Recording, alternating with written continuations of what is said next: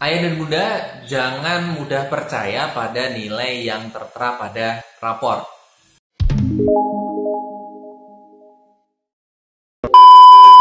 Pesan kami seperti itu karena rapor itu sebetulnya adalah pengamatan yang memang sekilas saja. Kenapa saya mengatakan sekilas? Karena sebetulnya proses pembelajaran anak-anak itu dia berlangsung setiap saat. Ketika yang diawasi itu hanya 6-7 jam ketika di sekolah, tentunya kita bisa mempertanyakan nilai 7 dan 8 itu dari mana. Nah, ketika ada yang menjawab, anak-anak saya ini mendapat nilai karena dia sudah mengikuti ulangan harian, karena dia mengumpulkan tugas-tugas dari gurunya. Nah, sebetulnya yang harus kita cermati adalah di balik pengumpulan tugasnya, di balik proses pengerjaan tugasnya. Bisa jadi buku tugas yang dikumpulkan ke seorang guru itu adalah jawabannya mayoritas adalah hasil contekan dari semua siswa yang ada di kelas itu. Kita bisa membuktikan bahwa kalau sudah seperti itu saja kadang nilai itu bisa beda. Kadang kita juga ketahui ada anak yang pinter tapi ternyata nilainya dia ada di angka 7,9 misal. Tetapi pada saat yang kondisi yang serupa juga, kemudian ditemukan juga anak yang biasa-biasa justru malah nilainya 8,2. Kita pernah loh dapat komplain dari orang tua seperti itu.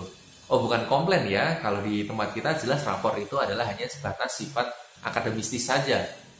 Laporan saja, terus kemudian digunakan untuk berkas administratif saja.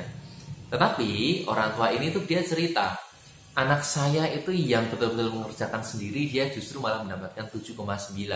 Temennya yang jelas-jelas itu nyontek dari punyanya dia dan juga nyontek dari orang-orang yang lain, itu justru malah dapat 8,2. Dia bertanya-tanya, ini sistem rapot itu sebetulnya seperti apa? Nah, tadi saya mengatakan jangan selalu percaya pada angka rapor, karena sebetulnya rapor itu banyak sekali subjektivitasnya. Anda bisa melihat, Anda bisa mencoba untuk merasakan, pilih salah satu mata pelajaran yang ada di rapor anak-anak Anda, kemudian tanya tentang mata pelajaran tersebut. Anggaplah Anda mempertanyakan tentang bahasa Indonesia misal. Pada sebuah materi teks eksplorasi, Anda coba tanyakan ke anaknya. Dia bisa menceritakan nggak? Dia bisa menuliskan cerita dengan bagus nggak? Ketika mereka itu nggak mau atau justru malah kok hasilnya kurang bagus, Anda bisa bertanya-tanya, kenapa anak saya bahasa Indonesianya bisa dapat 8? Nah, dari hal ini kita sudah lama banget memikirkan hal ini.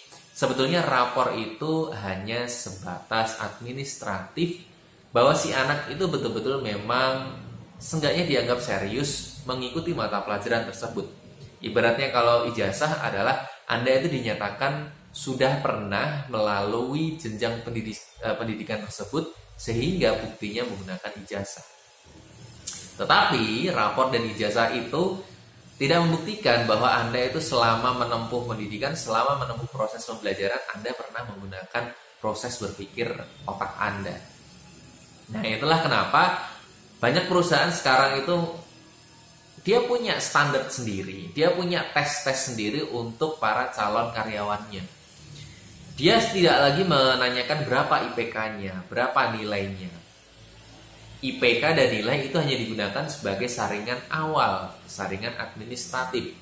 Tetapi selebihnya nanti yang digunakan untuk pertanyaan adalah psikotes, terus kemudian wawancara, itu lebih mengarah kepada siapa diri kita dan apa yang kira-kira akan kita lakukan nanti ketika sudah masuk atau bergabung dalam perusahaan tersebut.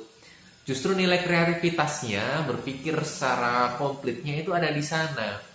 Nah, repotnya adalah rapot ini itu selalu hanya sebatas observasi terkait dengan penguasaan materi.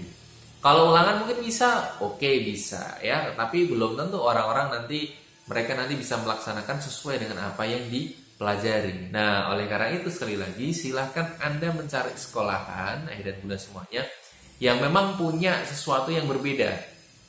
Boleh tentang cara pikirnya yang berbeda, boleh tentang bagaimana mereka tuh mengelola proses pembelajaran yang berbeda, sehingga nanti bisa dilihat bahwa sekolah tersebut itu memang betul-betul memiliki visi ya untuk berkembang di masa yang akan depan.